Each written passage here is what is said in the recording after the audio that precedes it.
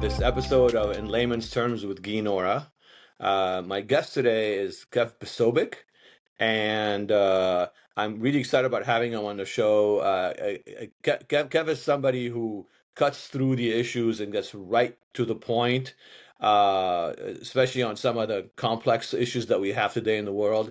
The way we try to clarify things is the way he cuts through them. So we're going to be very congruent as a interview today. Kev, if I may, I always start with the journey, and I guess we'll just go right into where you are after you give us your journey, which is in Ireland, covering some of the riots, and then we'll start talking about this. But I really want to know about the journey, how you got there. You have so many interesting things that you've done, that you're doing, and I want to hear about all of them. I know it's not a one show thing, but we'll do a couple of shows anyway. But for today, your journey, and we're going to go obviously through the issues of the day, which is our riots and their riots.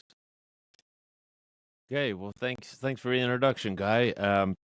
Yeah, it's been quite a journey for me over the past month. It started with joining the CPAC Hungary team over there in Budapest. They had a great event over there. Establishing international connections between patriots here and patriots there. Viktor Orban is quite a popular guy at the moment. And so we started over there and had a great time, meeting people, lots of young people getting involved in the parliament there, getting involved in local activism. And, it was from there that I had met people from around other parts of Europe who are also getting involved. And so I go over there, with my family, and part of it was my idea was to go to Dublin, Ireland, on the way home, just to get some vox pops, as they call it, and that's like what we call man on the street. So I was just, kind of brainstorming ways to do that. Like I said, on my way home, but lo and behold, I met Irish activists there and Polish activists as well. So it was a great time. We had a reception at the end of the event, and listen, these people are so passionate for their countries, for their identity, and they're all equally in this boat, as if you want to put it, with America against immigration and the globalist oppression that we're all starting to see over these past years now. So yeah, not only did I get to go to Dublin, but I met with some organizers of protests and also people in the parliament, especially in Poland, who really gave me an exclusive look on the inside of what's happening, from all across the spectrum here, from like just grassroots activism, protests, all the way up to like what the Speaker of the House is doing in the Sejm in Poland. That's what they call their parliament. But yeah, it's been a great journey so far, Guy. Guys, so I was going to ask you a question here because I was following that event, and to my very pleasant surprise, I think and please correct me if I'm wrong, they had Lebanese Christians at that event speaking on behalf of the Lebanese Christians community, which, as you know, is a little bit under siege these days with everything that's happening in that part of the world. Did you at all run into them, or when you were there? The Lebanese Christians, Yes. I don't recall seeing any of Okay. them. No, Okay. at Okay. CPAC, No problem. I can't say that they weren't there. Okay. Okay. I hadn't come across any myself. There were some other Romanians, some Italians, Czech, and of course Americans. Of course. So let's talk about this challenge that the developed world has right now, Western world, if you like, which is immigration. And if you can, for our audience, maybe differentiate a little bit between what's happening in Europe and what's happening in the US. And of course, at the end, I do want to talk about the riots, but big picture, this immigration wave that is happening worldwide. and the impacts of it on, of course, Europe, but also the impacts it have on us in the United States. Sure, sure. So if you want to look at it, if we could start from a point of population, I think, the United States is roughly 350 million plus or minus, and Poland is about 37 million, and then Ireland is about 4 million plus or minus. I think those numbers may or may not include the people living abroad. Um, but as far as immigration goes, I mean, they're at a cap. We say we're at a cap with our population, but they seriously are where they are. And in Poland, they have a strong reputation for keeping out illegal immigrants. They have taken in some Ukrainians because of the war, and they're, right there seeking asylum. And it seems to be getting lost in semantics, the argument of why people are allowed in, and these refugees of wars. And we see that in America. That's been the case for decades now. It's, oh, we're just coming to get away from the wars in, Mexico. And we're like, I say to What myself, well, what wars? what Where's the was danger? Especially with Ukrainians, and then of course, like, Somalis, Afghanis, Pakistanis. That's my question to them. Like, listen, where's the war that you're fleeing from that you desperately need to come here for? What, like, who are you fighting against? And also, what we're seeing now is people pushing back against that, and some cases asking them directly, like, listen, guys, like, you're cowards. At the end of the day, like, you're not, like, fighting up for your own country. Why would we want to take in cowards to America that don't it's a conundrum, guy. It's like they're cowards to fight for their own nation, to stay there and fight for what they believe in, but they come to America and then they start waving their own flag in America to protest themselves being able to stay here. So I don't get it. It's so confusing, but it is funded to your point by the likes of George Soros, and now we're seeing, at least for the protests in America, the heiress of Walmart, who's yeah. allegedly funding some of these materials being used, we'll say, in these riots. But big picture, yeah, for Ireland, as well as it seems people are getting paid off under the table somehow. I'm not certain, but we're focusing on getting these leads of, like, where the funding is coming from in Ireland, as as we've seen. Um, an example could be like USAID and the NGOs being corrupted in America. But as far as funding for European countries, I'm not so sure just yet. But lo and behold, we're on the case. That's really good, and it's very, very important because when I, when again our audience looks at Europe, what we're seeing is obviously the UK with all of the pro-Palestine protests they had all summer. You have France, PSG wins the tournament. You have riots that are mostly by young immigrants. Uh, I mean, illegal, whatever, legal, I mean, we have to always differentiate. By the way, I'm a legal immigrant, so I like to differentiate for sure because I love America and it's the most important place in the world. And then, of course, Germany, when where you and Sweden, you read about all the sexual assaults that are taking place, that are happening in all of these different countries, and you wonder, how do you explain to my audience why these places are just opening up like this, and exposing their own populations to danger, their own women to being harassed, uh, uh, at least over there. Why are they doing that? What's the rationale? Currently, I think the rationale is nobody really wants to do the hard labor. I guess that seems to be at least the American stereotype, is that we're just fat and lazy and dumb. We just look at our TikToks and our smartphones in so much as what we do, so we're incapable of working on farms or tending to any kind of livestock or picking vegetables and whatnot. It's somehow below us as Americans, and I think that's also the case. You see a push for progressivism and liberalism and arts and this and that, and that's why people move to the cities. So I think that's accurate for the rationale of these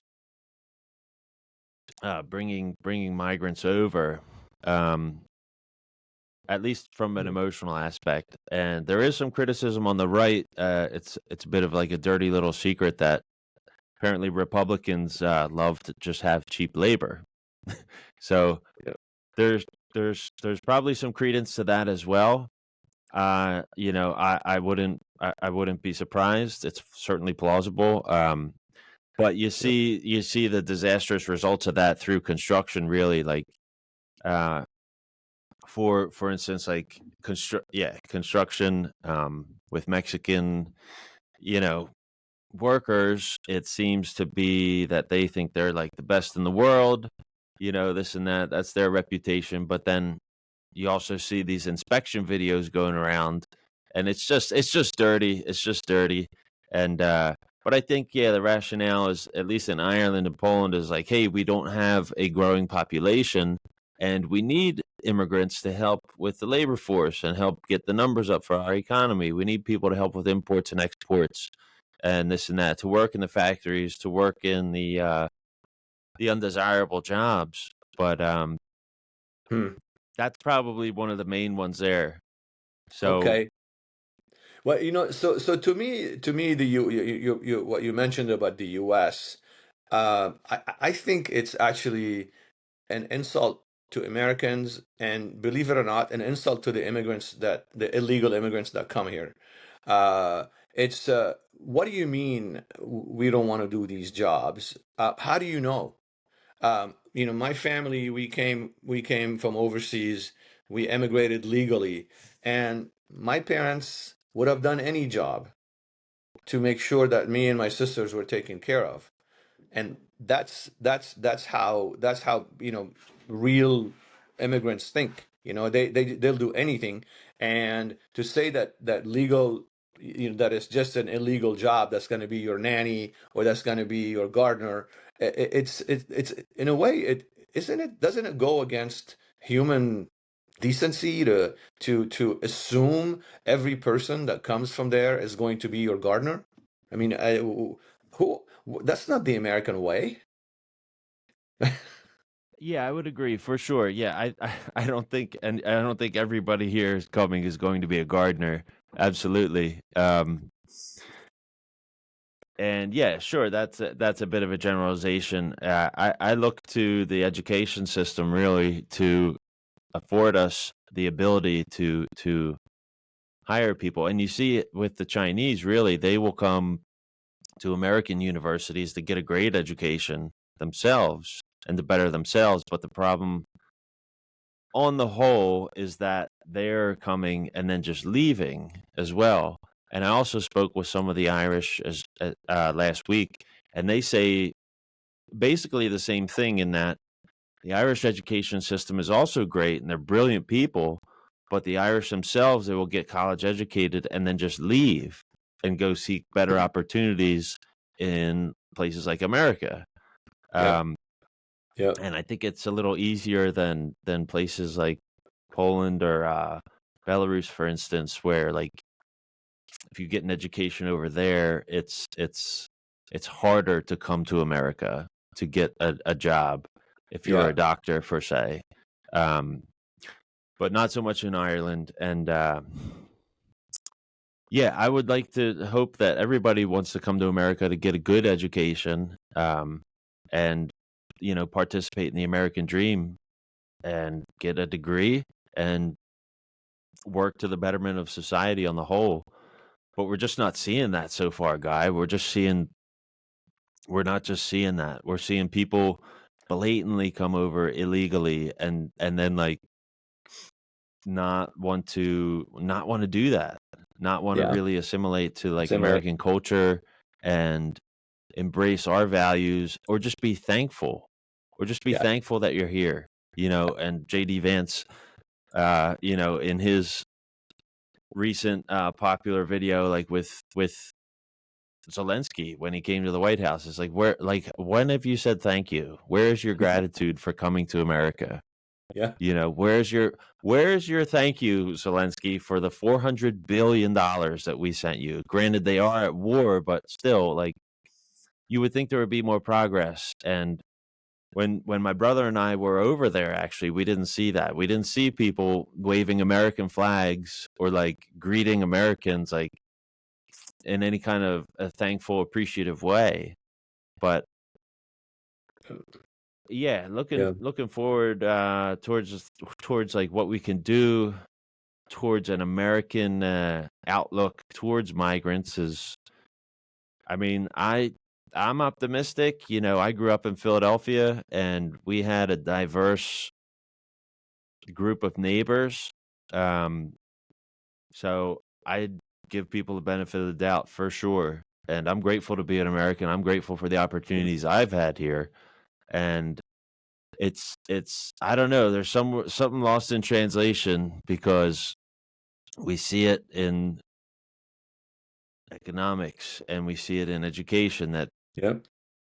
the majority of illegal immigrants are very belligerent in their stance towards thinking they have rights and due process here when they're just it's they're not doing it the legal way. Yeah, so I'd speak for myself. My parents came legally. I've lived the American dream. During the campaign, I was speaking on behalf of the president, and I talked about the American dream and how under the Biden administration it had gone away, and how we want to bring it back to every single American.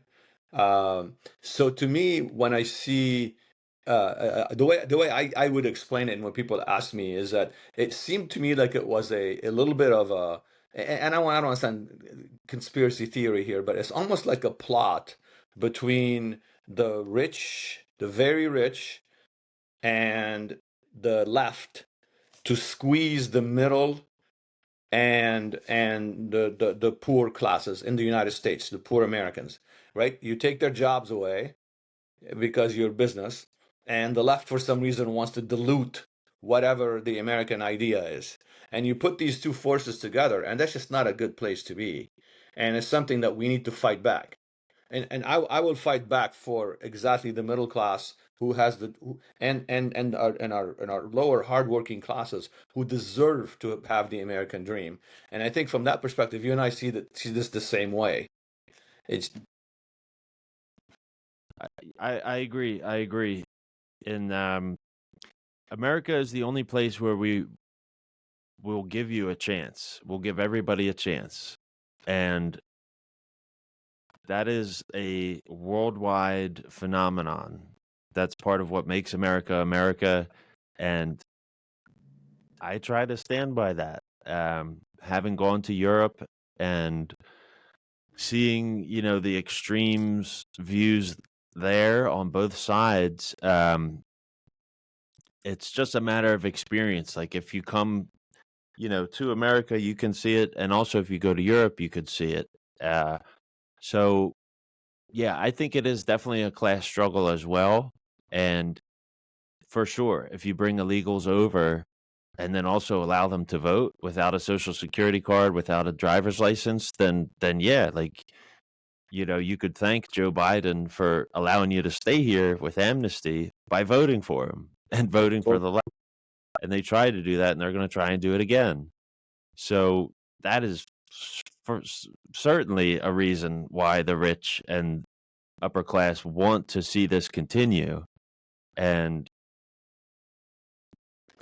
But you know, what from happened, Gav, Mhm. what happened to the idea of American fairness? So I come here, I'm 15 years old. The first thing I learned about this country is that, as you say, everybody's got an opportunity, and we are the fairest people on earth. Fair, fair, fair. How is it fair to the millions of people that are playing by the rules right now all over the world to try to get into this amazing country? How is it fair that somebody who just crosses the border gets on an app and next thing you know, they're in a nice hotel in New York with credit cards and all benefits.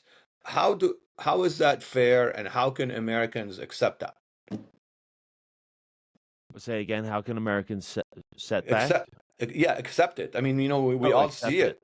We all see it, and we're like, that's not fair to everybody else. It's not fair to the people here.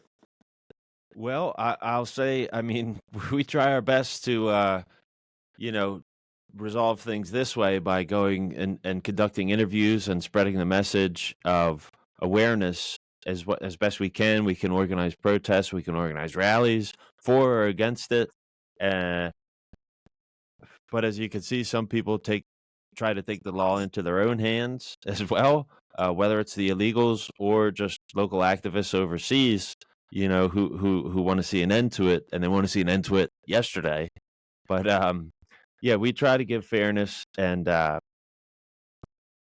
accept it. I mean, my goodness, like it's.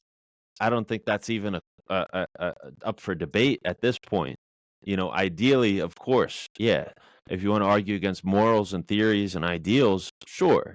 But we're going with the hard statistics of what is happening. Like, yeah, we're letting people in. That's great.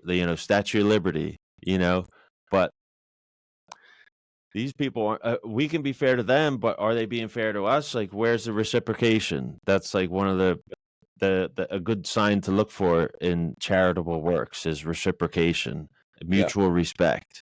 And if we're not seeing that, hey, listen, like people are going to be upset. And accepting that, like in Ireland, for instance, yeah, as well, we've seen it in New York City, people getting put up, but in Ireland, they get preferential treatment for housing. Irish citizens are even they don't have the finances to get their own home yet because it's being given not only to illegal immigrants from Africa, Somalia, wherever, but also the Ukrainians from the war, like legit yeah, asylum seekers from the Ukrainian war. They come over, um, and they get there's new housing developments being built. I was talking with a member from the Nationalist Party in Cork, Ireland, and he was attesting to it. He witnesses it. Like they built like a 150 family unit down there, and none of it goes to yeah, Irish. It's all for Ukrainian asylum seekers. A brand new building, a brand new building, yeah. and it comes Jeez, from his pocket.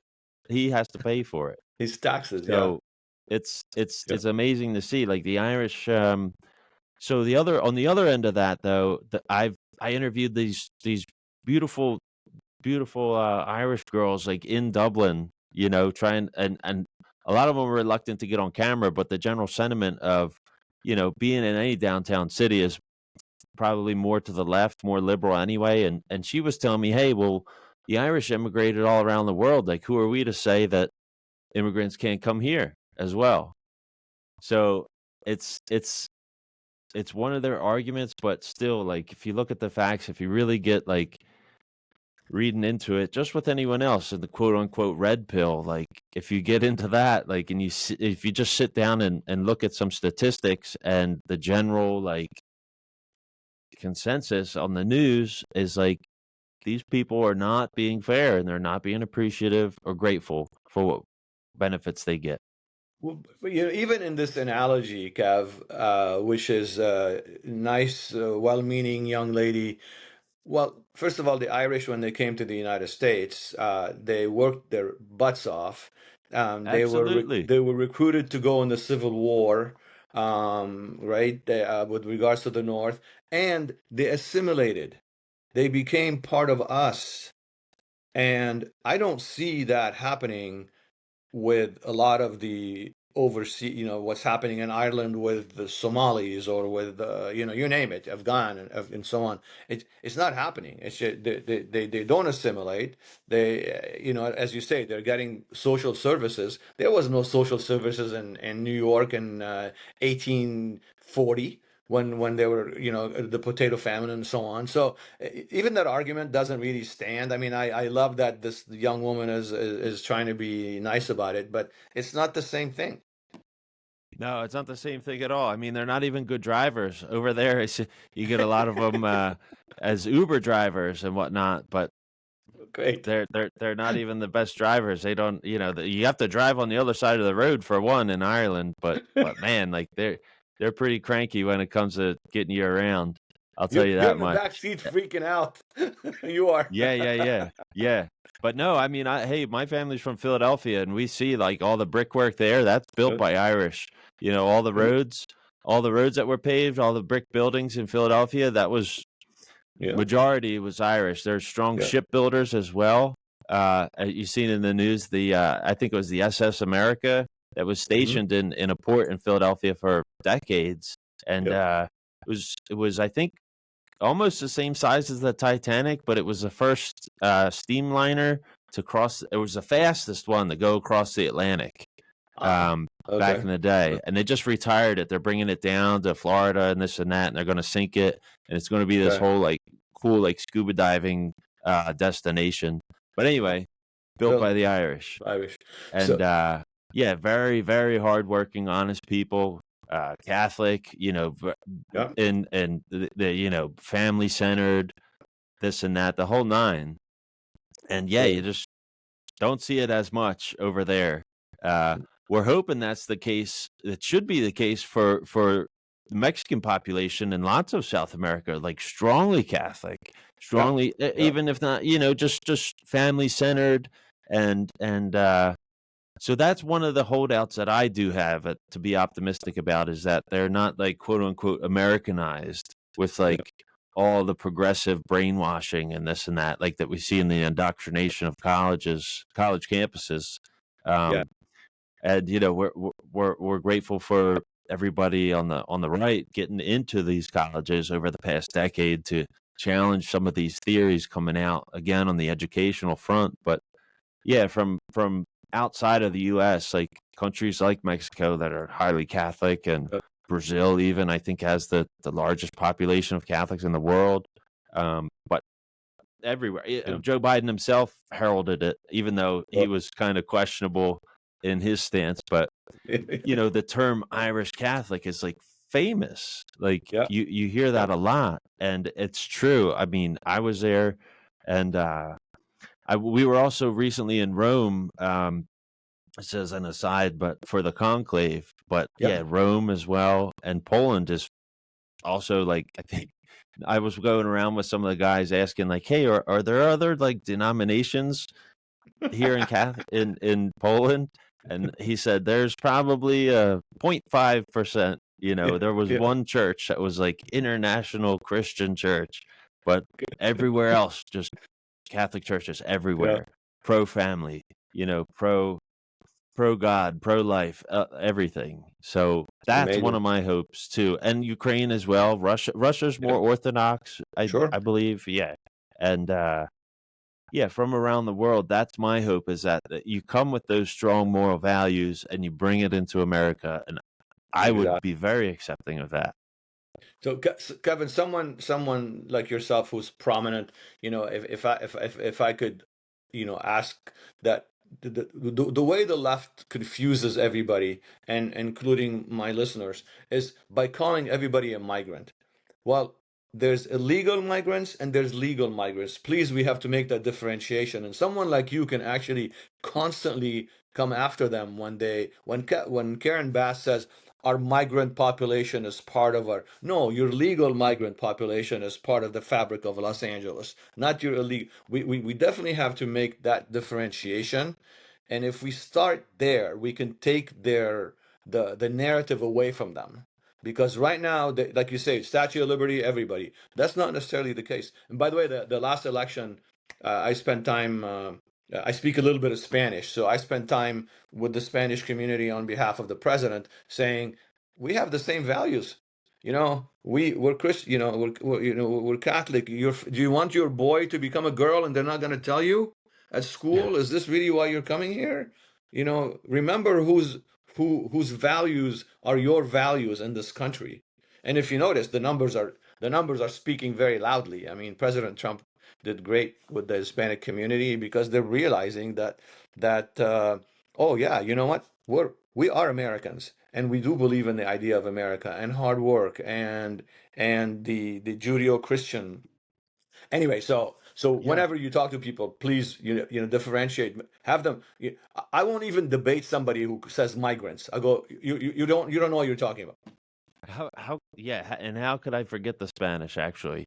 Yeah, that's a great point as well. I haven't been there yet. I would love to visit, but yeah, two things on that. One is that in Ireland, they're actually protesting against legal immigration too, because remember, they have such a small population. They're like, listen, guys, like, and they're smart. The Irish are brilliant people. They're taking the middle, not the middle ground, but like they're just being smart about it. They're like, listen, yeah, duh, like illegal immigrants. This is what are they, pirates? Like this, but they're saying also we're protesting against legal immigration. Like we can't take it. Like we're above capacity. Like sorry, like you're at war, whatever. Like, and if you're a migrant, maybe you can migrate somewhere else. That's what I personally like to say. I think of Yeah, birds. Like yeah, before yeah. I've heard the word migrant applied to a human being, like I think of birds. Like going like the Canadian geese, they The migrate from flocks. the north to the south based off the season. So it's Yeah, like, listen, if you want to call yourself a migrant, like maybe you could just continue on because listen, we're full. yeah, yeah. Yeah, I agree. So, what about the LA riots? So I know you've been following that as well. Um, what the what you said something, but I want you to expound on it. If you're in my house and I'm allowing you to be in my house, and you're gonna come in and you're going to destroy my bedroom, helped by progressives in the United States and anarchists in the United States. How is that thanking me for having your kids go to school, using the hospitals, all of the infrastructure that I allow you to have? Yeah, yeah, yeah. We could look at Ron DeSantis's example a few years ago when he shipped all those migrants up to Martha's Vineyard. It was such a class move that he did, and that's just really a smack in the face to them. Is that yeah? It's like we should have migrants come and open our doors to them, but wait a second. Oh, they're in my backyard now. Like really? Yeah, I Oh, you don't want to rent out your backyard and have like 5 tenths of families live there and cook meals for them every day? You don't want to do that? That's what you're saying you want to do. Why don't you want to do it? yeah, Uh yeah, so yeah, the LA riots, I don't know. I think there's a bit of pride there because they had like in American history at least like something in the early 90s. I think it was 92 there was riots and credit to LA. You have Hollywood over there. They're the ones that create all these ideas. Like they're very art intensive, but unfortunately, it they also lean to the left with their policies.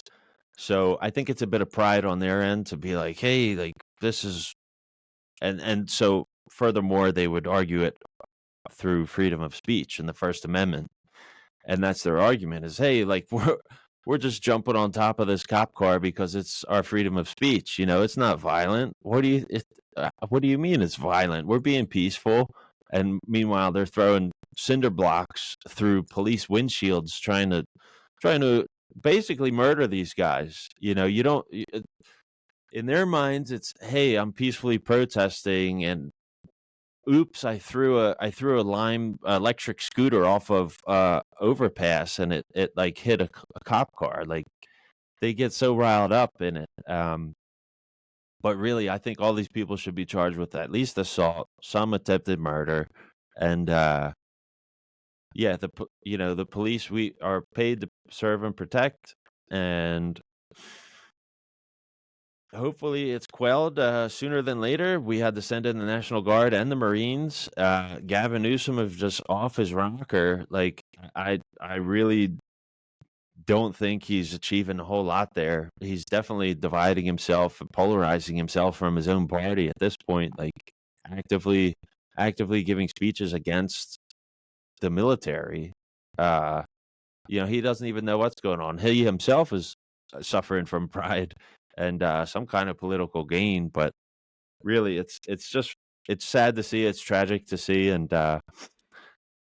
just currently we saw people starting to push back, and that's one of the overall points I wanted to make is like like this rugby player just yesterday. There was a protester. He threw a can of soda or something at the police line, and they shoot him with rubber bullets or maybe paintball paintball tear gas or something. And he turns around to run away, and a bystander comes and just rugby tackles this guy right to the ground. Just a regular citizen, an LA citizen, and it's all over the internet. I'll post it in the comments, but my goodness. And this guy, he actually reached out to me. I posted the video.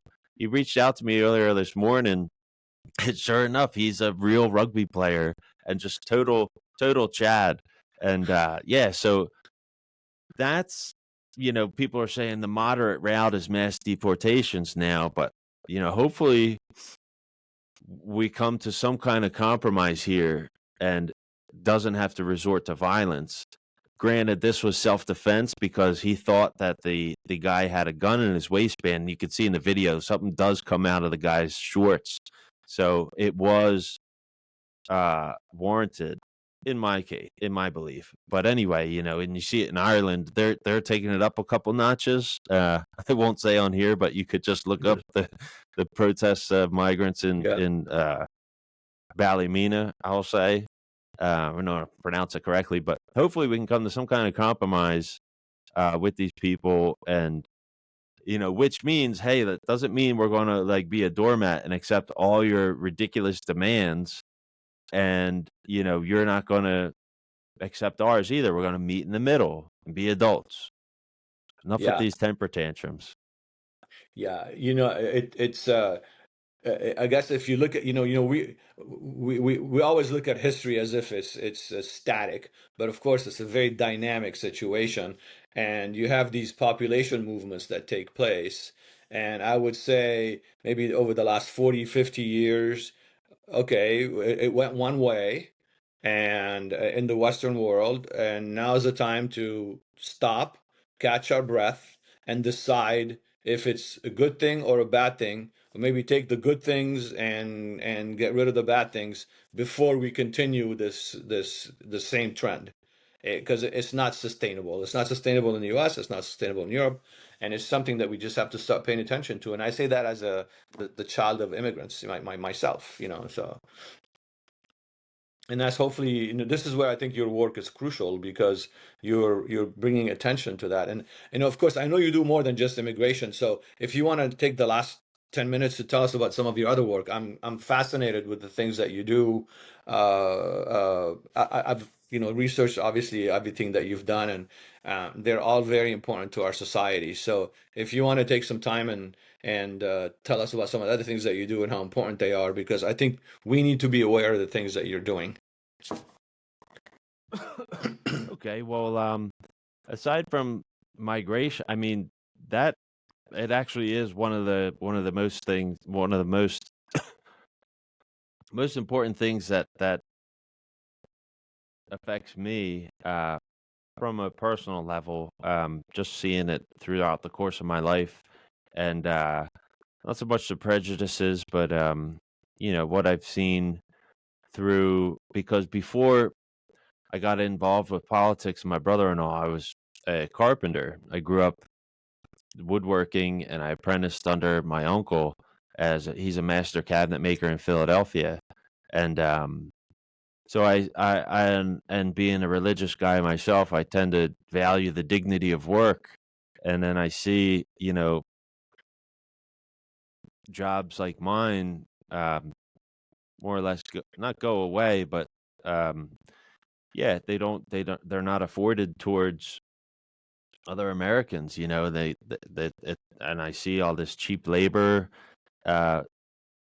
take precedent, and not people not really like, yeah, they just don't really, they don't have like a pride, like a good pride in their work anymore, and you see the quality of work go down, and it's a shame, but thankfully there's small movements not unlike the Boy Scouts, or the Troops of St. George, where they're teaching young men uh, the value of work, the value of hard labor, the dignity of it, the ability to grow your own food, build your own house. That's a masculine thing to do. And, also on the right, a lot of these trad wives and this and that, like that's what they say they look for. And if that's the case, you know, being able to cook your own recipes and can your own food, this and that. So it is something to be sought after and not so easily thrown away. Um, yeah, other than migration, lately, well, currently, so we're focusing this weekend. There's going to be the 250th anniversary of the Army, Of and there's going course. to be a parade downtown in DC. So we're gonna cover that live and cover the inevitable protest there. There's the No Kings protest happening on Yeah. Saturday as well, and they have their own website and it's all established, and people are up in arms about whether it's going to be a false flag or not. Um, so stay tuned for that. I'll be with Real America's Voice on the ground, and Okay. tune in to Human Events Daily as well. What else besides Love that. that? Love that. Well, By the way, yeah, Kevin, there's I don't understand, Kev, why they're so up in arms over a military. Do you know that every country in the world, I've traveled everywhere. July 14 in France, what do you think happens on the Champs-Élysées? You want to see what happens, and I mean, worldwide, there are anniversaries that are military driven. And why are we so concerned about it here? It just, I'm glad you're covering it because it's a moment of pride, not a moment of embarrassment or shame. So thank you for covering that. Yeah, you're welcome. And it's great to see. I mean, it's actually a virtue to be patriotic. Yes. And it's hasn't been done in a long time. So I think it's going to be great. Much more than like a 4th of July kind of thing. It's going to be, yeah, a show of force, a show of dominance, but it's like to me it's going to be a show of security, really. Yeah. Yeah. It's a show of like American greatness It's and, who we are. yeah, more or It's who less we are. security to me. Yeah, yes. And you know what's going to be beautiful? You can't divide us by saying, "Oh, it's just people like Kev and Guy and so on." You know what? Because it's going to be the army represents all of us. Every single race, every single religion, every single it's going to be the fabric of America right there in front of us with pride. And that's what it's all about again. So to me, it's just let's look at the positives about this. How Yeah, far we've absolutely. come. I mean, hey, my grandfather served in the Army in World War II. So it's going to be cool. I think I talked my dad into maybe bringing down his old hat, to wear. Yep. And yeah, we'll see, who we can interview. That's Hopefully we're going to get close. We're going to get some press passes for it, and you know, just show like we're here to protect our nation. We're here to show American greatness and the MAGA movement, especially. Like Trump is here to. He's the president of all Americans, yep. and he's president of peace. He's a president of peace through strength, and we have record numbers of enlistments through his second Yes. term here. So Yes. it's and I think we have some of the most funding, at least amongst other Western countries towards our military. Like we have a huge budget towards the military, and for good reason. We want to protect our citizens, but we want our citizens to want to be protected, if that makes sense, Exactly. as Exactly. well. Exactly. We don't we Exactly. don't want to be protecting people who are Yep. here illegally or for suspicious reasons, and Yeah. unfortunately that's coming out more and more. So Yeah, we'll wait. It's time will tell. You know what I mean? And it's the worst thing to ever see, like the National Guard or any kind of like martial law be imposed. You know, God forbid on our own people. For one, would be a matter of national security. It would make us vulnerable. But we saw that in Philadelphia in 2020 in the George Floyd riots, and Yeah. I covered them exclusively in Philadelphia, and I was on the ground and I just walked up to these guys and I said, you know, they were just so unhappy to be there. Like they were saying, I never. I met one soldier. He was from Pennsylvania. He said, "Never in my life would I think I would be deployed to my own state." You know, it's just so ridiculous to see. I was going out, yeah, because they it was in the Kensington area where they have this open air drug market, and that's another thing I do cover actually is the rampant fentanyl disaster, and also like child trafficking over the border, you know, the southern border itself, and just the failures there. Um, but Kev, yeah, so these two issues are so important, and again, I want to emphasize them to our audience. yeah, The fentanyl has taken away so many young lives in the United States of America, so many, and then the child trafficking is heartbreaking. It's heartbreaking over the last 4 years what's happened with child trafficking. I hear stories that one 13-year-old girl will get passed on 4 times a day and once they bring her inside the United States. I mean, this is moral. I think we morally need to fight this, and shame on anybody who opened up that border to allow these things to happen, because there's also going to be justice up there, not just justice down here. But our job is to make sure that never happens to 13-year-olds. I have daughters. I can't believe how that could be happening to people. yeah, you would think. I mean, the movie City of Dreams that just came out last year is a great highlight of the true stories that's happening. And you would think that there would be more anti-protesters in these current LA riots, like saying like, "Hey, Yes. we got to get a handle on this."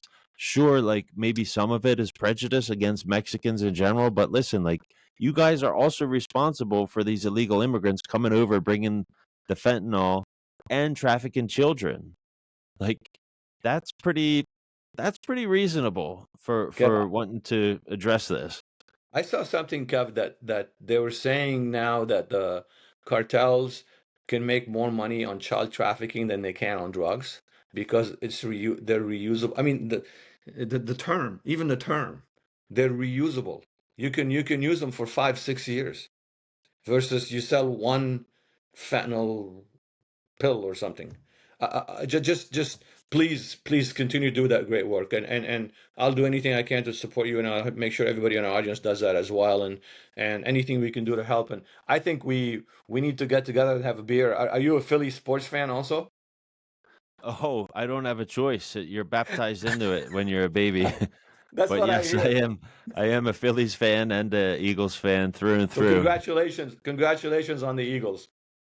Appreciate it.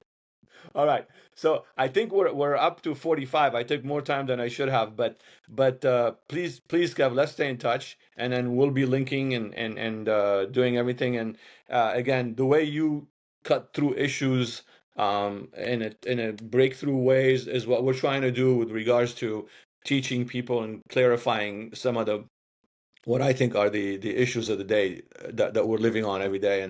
And our audience doesn't have time like you and I do to spend time on this, but at least hopefully they can take 45 minutes and catch up on all this. So thank you so much. God bless and stay safe.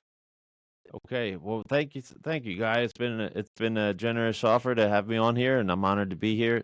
Yeah, please follow us. Good. I'm on X and Instagram at Kevin Posobiec. You can follow me on there, and also with Human Events Daily and Real America's Voice. So yeah, again, thank you so much for Yeah. this, and we'll talk soon. And did you like how having a name like mine, how I pronounced your last name properly the first time? I'm I do, sensitive to and those that doesn't things. go unnoticed. Yes, I Okay. do appreciate that. Thanks, Kev. I appreciate it. All right. God bless.